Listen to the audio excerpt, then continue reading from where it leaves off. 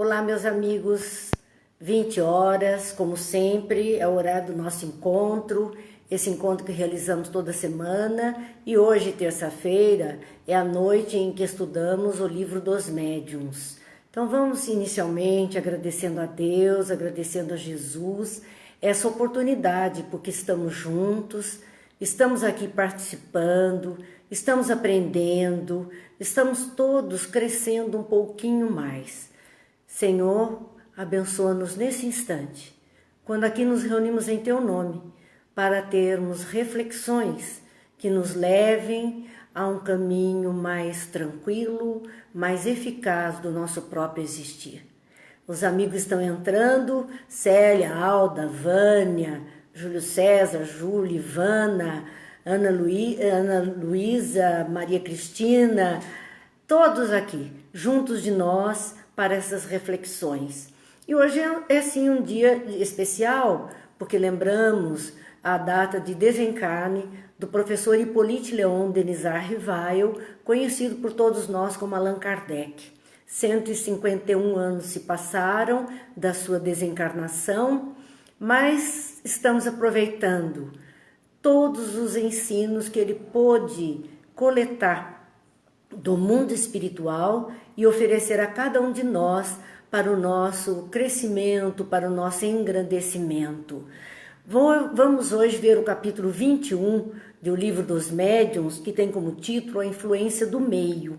A semana passada nós vimos sobre a influência moral e vimos que, embora a mediunidade, sendo uma faculdade orgânica, é uma estrutura da própria anatomia do corpo físico que nos permite essa sensibilização, essa percepção, embora isso seja físico, a possibilidade, a utilização está de acordo com o código de ética e moral de cada um. O como cada um pretende utilizar o seu dom. É o nosso dom da fala, o nosso dom de ouvir, o nosso dom de ir e vir. Como estamos utilizando? Para onde nossos passos nos levam? Para onde o nosso pensamento nos leva? Para onde a nossa mente se dirige? Então, em mediunidade não é diferente. Vimos que existe uma influência moral do médium na qualidade da sua produção mediúnica, nos espíritos que ele atrai para perto de si, de conformidade com o seu modo de viver, o seu pensamento. E hoje no capítulo 21, influência do meio. Será que o meio em que vivemos, ele tem alguma influência sobre a mediunidade, sobre os médiuns, sobre a qualidade da produção mediúnica? Kardec, no item 231, no primeiro item do 231, ele questionou o mundo espiritual.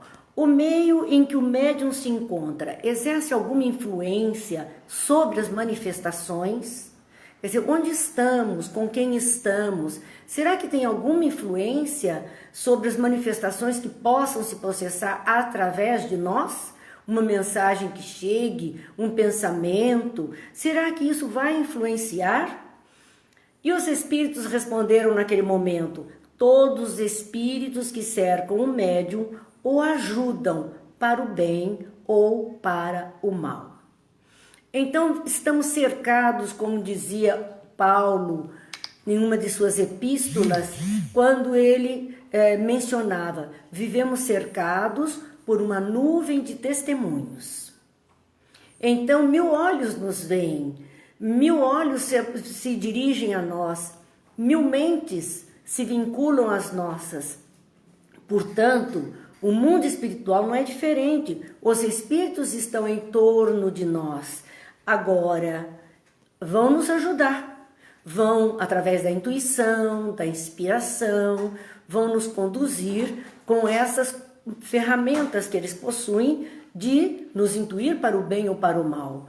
Mas então o que é que vai pesar nessa balança para saber se aquela intuição, se aquela inspiração, se aquela mensagem é boa ou ruim? Kardec continua. Para entender bem isso, ele continua perguntando: os espíritos superiores não podem vencer a má vontade do espírito encarnado que lhe serve de intérprete e dos que os cercam. Veja, o médium nunca está só. Para aqueles que entendem que o protetor é o anjo de guarda, ou é um guia protetor, ou é um espírito de luz, ou é um espírito amigo, sim, estão juntos de nós. Mas também aqueles espíritos perturbadores, aqueles espíritos brincalhões, que não se desapegaram dos movimentos terrenos, também nos influenciam, também estão perto de nós. Então, neste questionamento, se eles poderiam vencer a nossa má vontade, a má vontade do espírito encarnado, a má vontade do médium, que lhe serve de intérprete e dos que o cercam, porque nós temos sim má vontade. Má vontade em nos melhorarmos, má vontade em termos disciplina, má vontade em realizarmos algum aprendizado, má vontade em buscarmos alguma tarefa digna. Parece que nós queremos que as coisas se resolvam por um toque de mágica, pelo poder do mundo espiritual, que o nosso anjo de guarda dê conta de tudo e que aquelas influências negativas possam ser afastadas, ou se nós nos comprazemos de presenças ruins, queremos que essas presenças tomem providência de nossas vidas. Nós não temos vontade de querer, nós não estabelecemos regras para o nosso existir. Então, os espíritos poderiam vencer essa má vontade que o médium apresenta, quer dizer, mesmo o médium causando dificuldade, mesmo o médium fazendo muito bloqueio, ou pouco caso, ou pouca atenção com a tarefa que lhes diz respeito, muitas vezes são utilizados pelos espíritos amigos. Há uma pequena história que está num livro de Meimei, chamado Pai Nosso. É um livro para evangelização infantil. E essa história, Meimei disse que algumas pessoas entraram num ônibus e esse ônibus iria seguir viagem noturna. E à noite, durante o trajeto, começou a se fechar e uma tempestade se fez. Era tal a tempestade que aquelas pessoas que estavam ali no ônibus ficaram assustadas, mas a maioria nem percebeu porque estava mesmo era dormindo. O motorista com muita atenção. Então, uma senhora que era médium, mas que não considerava a sua mediunidade, não prestava muita atenção nas suas coisas, neste momento ela ficou impressionada com o vulto que aquela tempestade estava tomando e se lembrou de fazer uma oração. E pediu a Deus uma providência para que eles pudessem concluir essa viagem em segurança. De repente, o motorista deu uma freada muito grande, porque ele viu diante dele, no meio da estrada, os seus faróis assim mostraram como que a imagem de uma cruz, de um Cristo com os braços abertos, e ele freou instantaneamente. Aquela mulher questionou do motorista o que houve, e ele contou o relato. Desceram os dois, ele e a mulher, para ver o que havia acontecido. No entanto, não havia cruz, não havia o Cristo no meio da estrada, simplesmente havia um morcego que batera no vidro do ônibus e dera a ele aquela imagem no meio da noite difícil.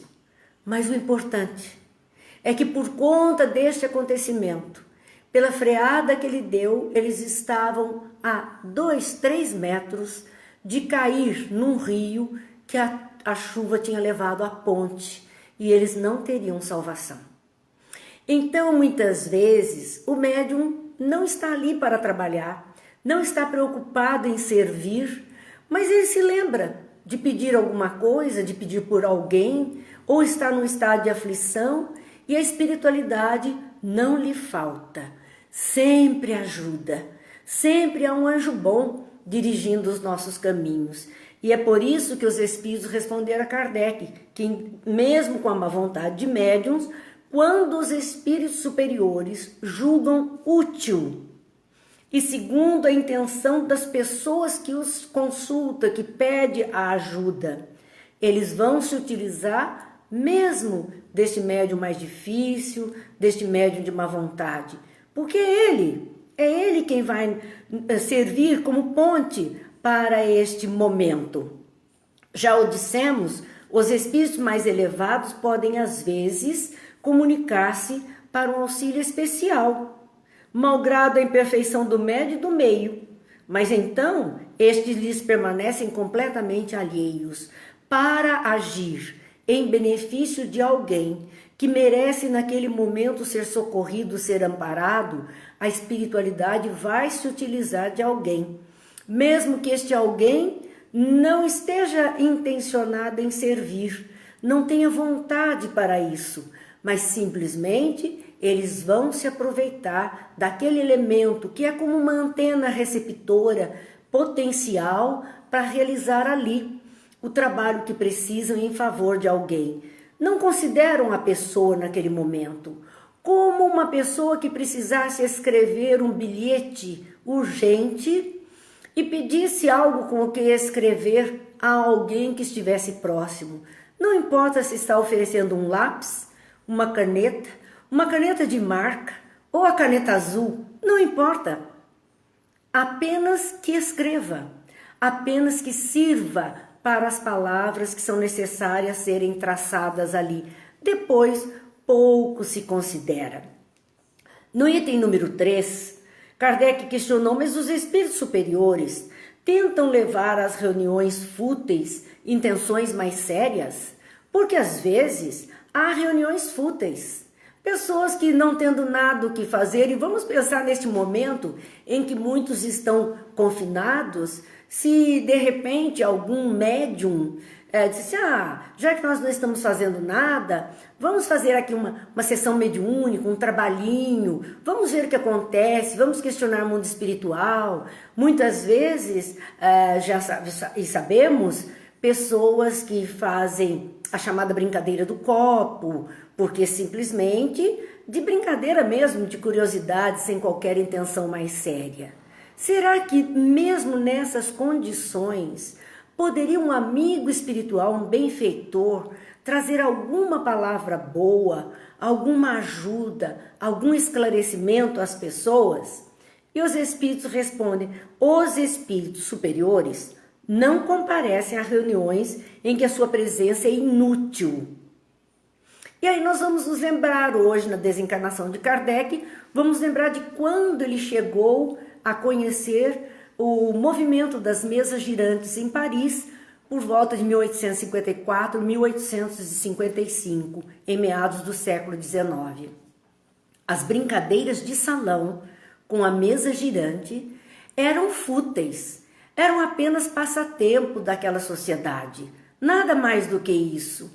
Porém, alguma pessoa mais inteligente e menos voltada à futilidade, disposta a entender o que é que estava acontecendo, observou que aquelas mesas respondiam perguntas, através de pancadas, de sinais, de estalidos, de movimentos. Elas, de alguma forma, respondiam. E isto foi levado até o professor Hipólito por um amigo seu, que, ao saber deste fato, disse, bom, mesa não tem cérebro. Mesa não responde pergunta.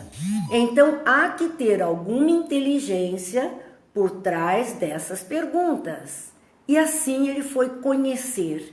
E aquilo que, em princípio, era um movimento fútil, uma brincadeira de salão, um passatempo para quem não tinha o que fazer, com a presença do professor Hipólito, através da sua seriedade, da vontade de conhecer, dos questionamentos que fazia, aqueles espíritos que ali estavam brincando foram desocupando lugar e dando lugar à presença de espíritos nobres que viriam, sim, trazer a codificação da doutrina espírita. Espíritos estes luminares que vieram para nos ajudar. E é óbvio que ali não mais a indisciplina, não mais a reunião leviana, não mais o passatempo. Agora era algo metódico, organizado, com interesse das pessoas que ali estavam. para buscar uma filosofia, um questionamento diferente. Então vejam que mesmo dentro de um ambiente fútil ou uma coisa inútil, esses espíritos bons estão por perto, e se houver alguma mudança no nosso comportamento, com certeza eles se farão presentes também. E eles continuam dizendo, aos meios de pouca instrução, mas onde há sinceridade, vamos de boa vontade, mesmo que só encontremos instrumentos deficientes. E aí nos lembra um outro fato, um fato ocorrido na década de 40, década de 30 do século passado, então por volta de 1930, 31, em Sacramento. Nós temos ainda lá a Fazenda Santa Maria, fazenda onde o senhor Mariano vivia, e Eurípides Barçanufo, um digno representante deste povo brasileiro, um médium de um potencial gigante, ele se apresenta naquele local para conhecer o que eram aquelas comunicações que o tio tanto falava. E o interessante é que aquilo que nós chamaremos de médium principal, não pela postura dele, mas por ser a ferramenta mais afiada para a comunicação dos espíritos, era um dos empregados da fazenda, analfabeto, extremamente simples, um homem que lavrava a terra o dia inteiro, mas que tinha um coração tão generoso, uma vontade tão boa, tão determinada de servir o bem, de conhecer os ensinos de Jesus e praticar o bem, que ele ia aos trabalhos à noite no centro espírita, que ainda existe na fazenda em Sacramento, mas ele então ia lá e servia como médium a espíritos superiores. E é isso que os espíritos dizem a Kardec, que mesmo onde haja pouca instrução do médium, e instrução nós estamos falando de diplomas, intelectos, enfim, nomes, posturas sociais. Mesmo que esse mestre seja uma pessoa muito simples, analfabeta ou semi-analfabeta, não impede, se ele encontrar ali um coração sincero, e eles vão de boa vontade se utilizar dessa ferramenta. É claro que isto pode tornar o trabalho um pouquinho mais lento. A obrigação do médium estudar é como se o médium fosse um computador e ele vai colocando programas dentro desse computador para serem utilizados por aqueles que vão digitar isso ou aquilo dentro de um ou outro programa. Isto facilita o trabalho do mundo espiritual, agiliza o trabalho do mundo espiritual, mas não impede que num computador muito simplesinho, de pouca possibilidade, alguém possa digitar um texto maravilhoso, perfeito. É isso que nós temos que entender. A nossa obrigatoriedade do estudo, da retidão, é para que cada vez mais o mundo espiritual amigo possa nos intuir, nos passar orientações, mensagens, inspirações, que venham enriquecer, que venham fortalecer a nossa fé, que venham ajudar as criaturas. E para isso não precisamos ser doutores da lei. Não precisamos. Podemos ser pessoas mais simples. Agora, se pudermos ter qualidades a oferecer como uma ferramenta mais bem adequada, melhor, o trabalho renderá muito mais. Mas não é a causa primeira, não é a razão primeira de uma belíssima comunicação. Nós vamos lembrar que Chico Xavier, nesta encarnação, este que nós conhecemos com o nome de Chico Xavier, estudou apenas as séries daquilo que era o chamado escola primária. Nada mais do que isso. E quase 500 títulos de livros escritos. Quem explica uma coisa dessa? É para entendermos que vai contar muito a seriedade, o coração, a disponibilidade, a disciplina, muito mais do que os títulos terrenos que a gente possa ter. Neles é necessário tocar os olhos e os ouvidos, e esse é o papel dos espíritos batedores e zombeteiros, naqueles que simplesmente não despertaram ainda. Então, se existem, muitas pessoas perguntam, por que no Brasil não temos mais tantos fenômenos físicos? Não acontecem mais, são só mesmo mais mentais, mais intuitivos, mais inspiração. Porque o nosso tempo de ter a atenção chamada para a espiritualidade já passou. Já somos cientes desta espiritualidade. E não estamos falando apenas de espíritas. Nós falamos de todas aquelas pessoas voltadas para um contexto religioso, onde ela se coloca, ela se aplica em se oferecer como instrumento da espiritualidade superior. Yara está aqui conosco, Dirceu e Fernando, meu filho tão longe. Deus te abençoe aí onde você se encontra. Mas nós então temos que entender este fato, de que o importante é que possamos oferecer o melhor de nós onde estivermos e sermos íntegros, retos, que o meio material, que é a pauta deste capítulo, seja melhorado por nós, pelas nossas escolhas, pela forma que estamos vivendo. É bom que os que se vangloriam de sua sabedoria sejam humilhados pelos espíritos menos sábios e menos adiantados, porque muitas vezes as pessoas entendem que o médium X, porque é uma pessoa de nome, de importância, de projeção social, poderá trazer uma comunicação muito melhor que aquele médium Y quietinho lá no cantinho dele. Engano. Muitas vezes estes que se assoberbam, eles acabam sendo enganados por uma espiritualidade inferior, para que aprendam com isso, para que desçam do pedestal em que se colocaram, para que se humanizem. Os médiuns precisam se humanizar. Deus precisa de uma humanidade mais humana. Este momento que estamos vivendo talvez seja para repensarmos tudo isso. Temos ouvido muitas reflexões dizendo que quando tudo isso passar, o mundo não será o mesmo. E com certeza não será o mesmo, porque outros valores nós estamos descobrindo, outra forma de viver. Quantas vezes pensamos que não viveríamos sem isto ou aquilo, sem este movimento ou aquele, sem estarmos neste grupo ou naquele, neste meio social ou naquele, e agora estamos totalmente impedidos. E estamos vivendo.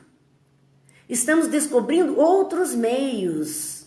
Oi, professora, Andréia, Ângela Soldi, Juliane, quantas alunas a gente vai vendo por aqui, não quantos alunos participando conosco. E quando eu estou dizendo alunos, gente, eu estou dizendo os meus queridos alunos do SESI. Aqueles alunos que estiveram conosco tantos anos, são muito queridos do coração.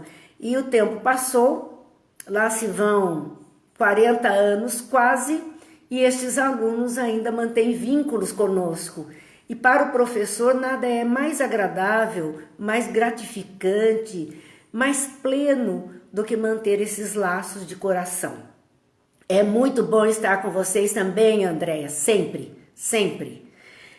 Continuando os nossos questionamentos a respeito desse meio, e quando nós estamos falando de alunos e falando do meio, significa que nós criamos um meio no nosso ambiente de trabalho, no nosso ambiente familiar, no nosso ambiente social, e atraímos para este meio que estamos vivendo criaturas que se juntam a nós, se assemelham a nós nos pensamentos, nos sentimentos, e vamos criando uma grande rede que não se desfaz, que o tempo não dilui, porque são almas que se buscam, são corações que se unem. É verdade, Marina, professor é sempre assim, trazemos alunos no coração. Este é o meio que nós cultivamos, para ter esses alunos junto de nós até hoje. Cultivamos um meio tal de atenção, de ocupação e preocupação com eles, ainda lá na infância, ainda lá na adolescência, mas nós ficamos felizes. Estamos aqui com a Cris Carla, de Macaé. Cris, o nosso abraço a todo o pessoal de Macaé, do Lar de Francisco de Assis, minha amiga. Deus te abençoe pelo grande trabalho que vocês fazem aí. Cláudia Paixão também, nossa ex-aluna, nossa amiga do coração. Vamos lá então. É proibido aos espíritos inferiores comparecerem então às reuniões sérias? É uma reunião séria, pessoas sérias, com intenção séria. Será que isso nos poupa, nos guarda de dificuldades? Olha minha prima Regina aqui, que bom te ver. Os espíritos que não é proibido que espíritos inferiores possam estar assistindo uma reunião séria. E não é porque às vezes permanecem nelas a fim de aproveitarem os ensinamentos que nos são dados, mas se calam como os estouvados numa reunião de sábios. Deus não abandona nenhum de seus filhos, mesmo aquele mais complicadinho, aquele mais difícil, aquele mais olha, a Lucy está fazendo um pedido aqui que eu mostre a carinha do Júlio para todo mundo. É que ele está lá na outra sala, Lucy. Eu estou num cantinho, mas eu prometo que ele vem qualquer hora aqui dar um oi para todo mundo, matar a saudade também. Mas nós falando a respeito dessa misericórdia divina, ele permite sim que espíritos inferiores vão a reuniões sérias para ouvir, para aprender. Só que o comportamento é esse. Se nós vamos a um local onde pessoas de mais condição estão usando da palavra, estão fazendo seus estudos, nós nos calamos, porque nos apequenamos. E aquela voz de mais poder está sendo falada naquele instante e nós vamos somente aproveitando. Nos calamos para aproveitar. Assim é também nas reuniões que o mundo espiritual prepara. Seria errado pensar que é necessário ser médium para atrair os seres do mundo invisível. Essa já é o item 232, quando há esta afirmativa. Eles povoam o espaço, estão constantemente ao nosso redor, nos acompanham, nos veem, nos observam, intrometem-se em nossas reuniões, procuram-nos ou evitam-nos conforme os atraímos ou repelimos. Então,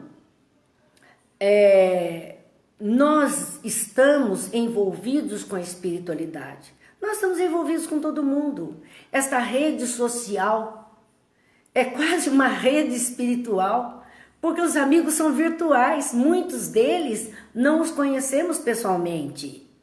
No entanto, nos tornamos amigos, cúmplices em determinados assuntos, parceiros em outros assuntos, e nós estamos envolvidos uns com os outros. Alguns, às vezes, têm uma intenção de prejudicar ou denegrir alguém, outros têm a boa intenção de ajudar ou colaborar com alguém.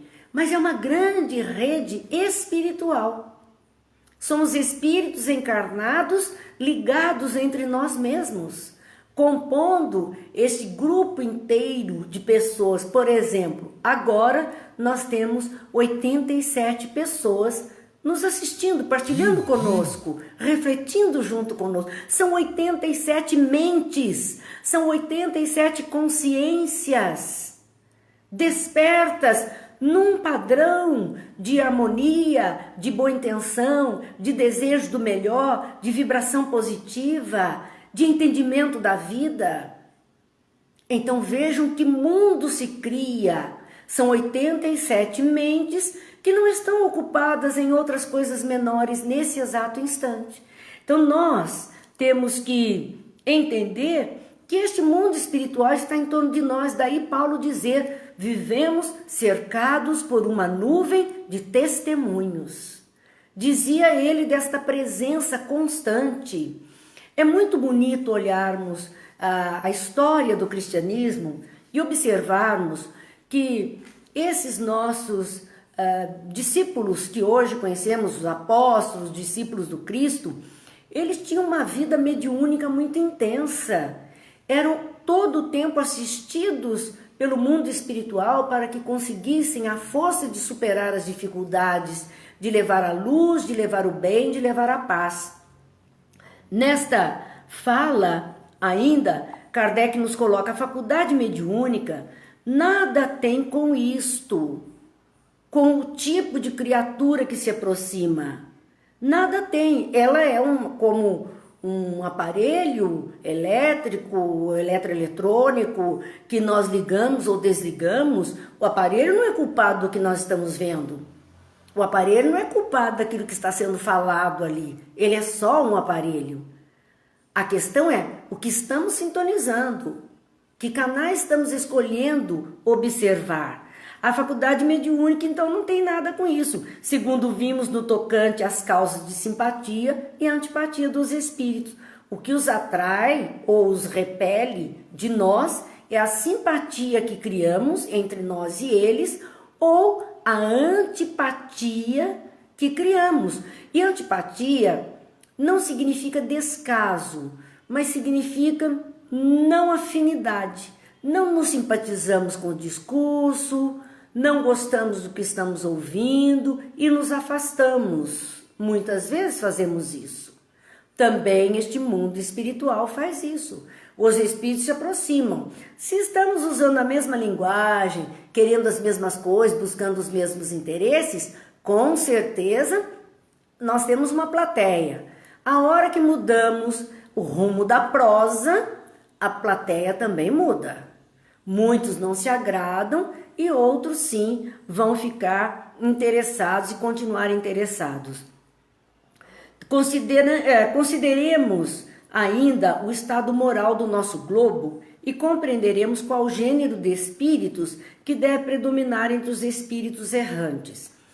Espírito errante é aquele que está no mundo espiritual entre uma desencarnação e a próxima reencarnação. Ele está vivendo um período de tempo na erraticidade, no mundo espiritual.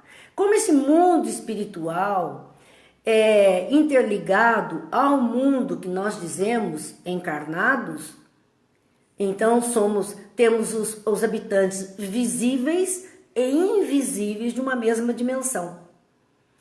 Estes espíritos estão em busca, estão caminhando, estão vivendo um tempo para depois reencarnarem. Portanto, quando nós atraímos por lei da afinidade, atraímos esses que estão junto de nós, num ambiente de uma escola, de um local de festa, num ambiente de aprendizado, num ambiente de trabalho, numa rodinha de conversa. Não importa, teremos sempre essas companhias junto de nós, embora muitas vezes nem percebamos. Nem percebamos. É como se estivéssemos, né, no meio da multidão. No meio da multidão. E é interessante quando agora estamos pensando em multidão, que não é possível estarmos convivendo, mas que se por acaso tivermos que estar junto de outras criaturas, deveríamos manter uma distância considerável, é pedido 2 metros. No entanto, nós estamos tão acostumados a nos aproximarmos dos outros e às vezes tão próximos, até para ouvir a conversa dos outros, que esquecemos as novas regras, não colocamos limites ao nosso espaço e quando vemos, já estamos chegando muito próximo do outro. Se fazemos isso como encarnados, imagine os desencarnados que estão perto de nós e não fazem a mesma coisa. Se aproximando e observando o que estamos fazendo. Mas que tipo se aproxima de cada um de nós? Aqueles que nós conquistamos com o nosso pensamento, com os nossos sentimentos, com os nossos desejos, com o nosso modo de ser. Cada um terá a companhia espiritual que escolheu para si. Cada criatura terá esta companhia espiritual. Então Kardec nos alerta a respeito disso. Se tomarmos cada povo em particular, poderemos julgar pelo caráter dominante das criaturas, por suas preocupações e seus sentimentos, mais ou menos morais, humanitários, quais as ordens de espíritos que eles se encontram. Queremos conhecer com quem estamos lidando? Observe o seu modo de ser. Cada povo da Terra tem um nível, um modo de pensar, um nível, um modo de agir, um nível de espiritualidade e terá com isso criaturas compatíveis convivendo com ela também. A uns agrada viver de um jeito, a outros de outra forma. Partindo desse princípio, imaginemos uma reunião de homens levianos, inconsequentes, interessados apenas em seus prazeres. Essa, a vida material, o meio em que ele se compraz, o meio em que ele fica feliz. Quais seriam os espíritos de preferência estariam entre eles? Quais seriam os espíritos que estariam entre criaturas levianas, interessadas nos prazeres? Quais seriam? Seriam iguais. Pessoas de mesmo interesse, pessoas de mesma vivência, pessoas que se interessam pelas mesmas coisas.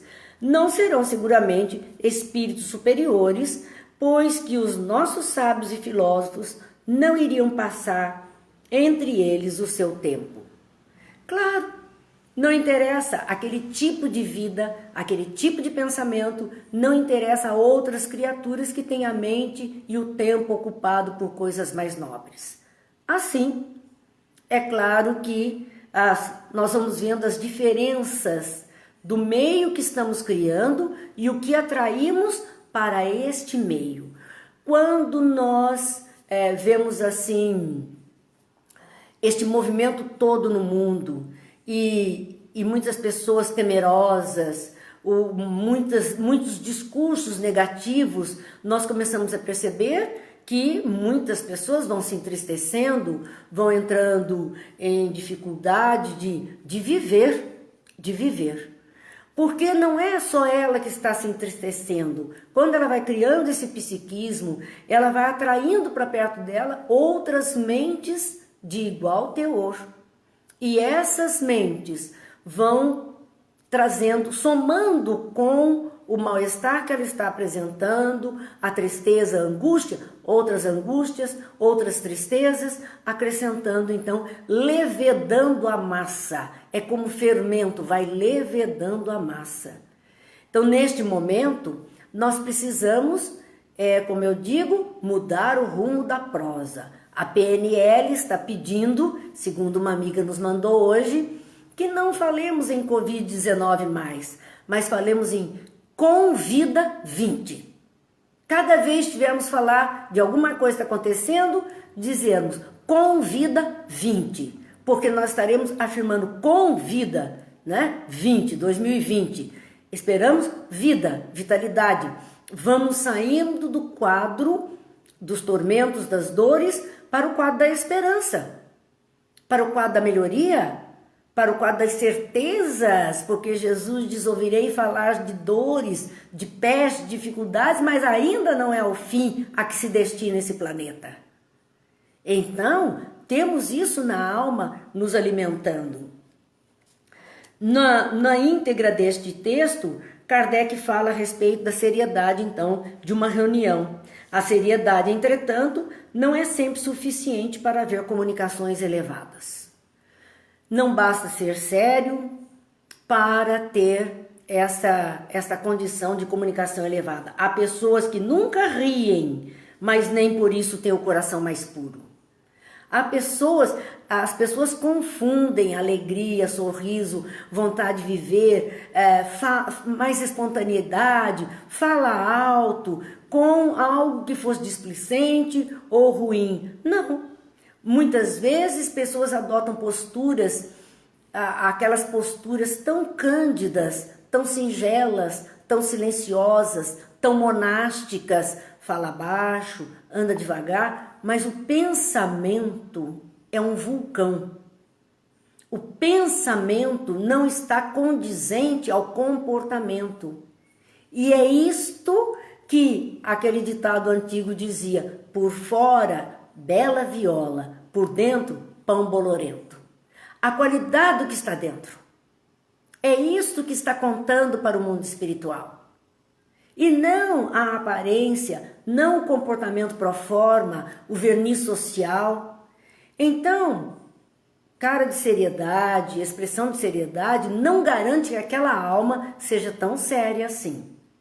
Às vezes, a brincadeira, o sorriso é muito mais eficaz e muito mais limpo, muito mais puro diante dos olhos de Deus do que qualquer outra forma de comportamento. Então, para termos comunicações importantes, inspirações do mundo espiritual, com pensamentos melhores, nós temos que trazer o coração leve, a mente em paz, a mente voltada para coisas melhores.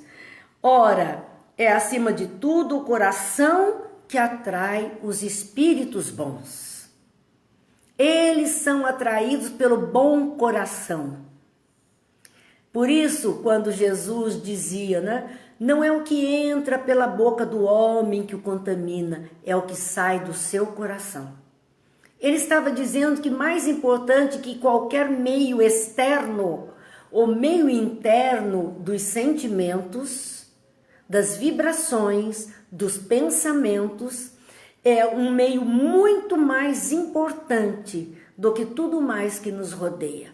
Porque na hora da partida, tudo que nos rodeia ficará. Levaremos conosco apenas este meio interno que está em nossas almas. Então nós temos que entender isto. A alegria de viver é importante. Não vamos deixar o nosso ânimo desanimar, o ânimo descer, cair, alguém ir colocando, como dizemos, água fria na fervura. Não, não vamos fazer isso. Vamos lembrar do Cristo, vamos lembrar da esperança, vamos lembrar que Deus está olhando por todos nós, que tudo tem uma razão de ser. Mais para frente nós vamos ver o resultado de uma mudança tão abrupta. Era como que a terra vinha como que um trem descarrilhado, onde algo como o sexismo, o individualismo e o consumismo eram carro-chefes, eram a máquina que puxava esse trem, numa velocidade fantástica. E de repente, esta máquina com esse tipo de combustível não mais interessa, não mais consegue manter esse trem num ritmo saudável. Estava levando para o descarrilhamento. Por conta disto, nós fomos obrigados a parar. Nós somos obrigados a parar.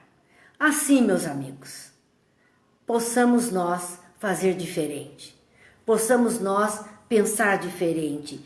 Então, vamos já encerrando a nossa fala, que se alongou bastante, com uma paginazinha daquelas que eu gosto muito, dizendo: ante o alvo, existe um alvo. O alvo do Cristo é o bem para todos. É a alegria de viver. É a consciência de fazermos em torno de nós este meio melhor, para que essa influência do meio possa ser melhor no coração das criaturas e que as pessoas se tornem médiuns da paz, médiuns do amor, médiuns da caridade, médiuns das boas vibrações. Ante o alvo, há muito que fazer. Não te queixes, trabalha. Companheiros falharam, prossegue e terás outros. Não queres certo grupo? Outras áreas te esperam. Desilusões à vista? Não pares, continua. Buscas a paz em Deus? O serviço é o caminho. Ante o alvo, os que seguem é que podem chegar.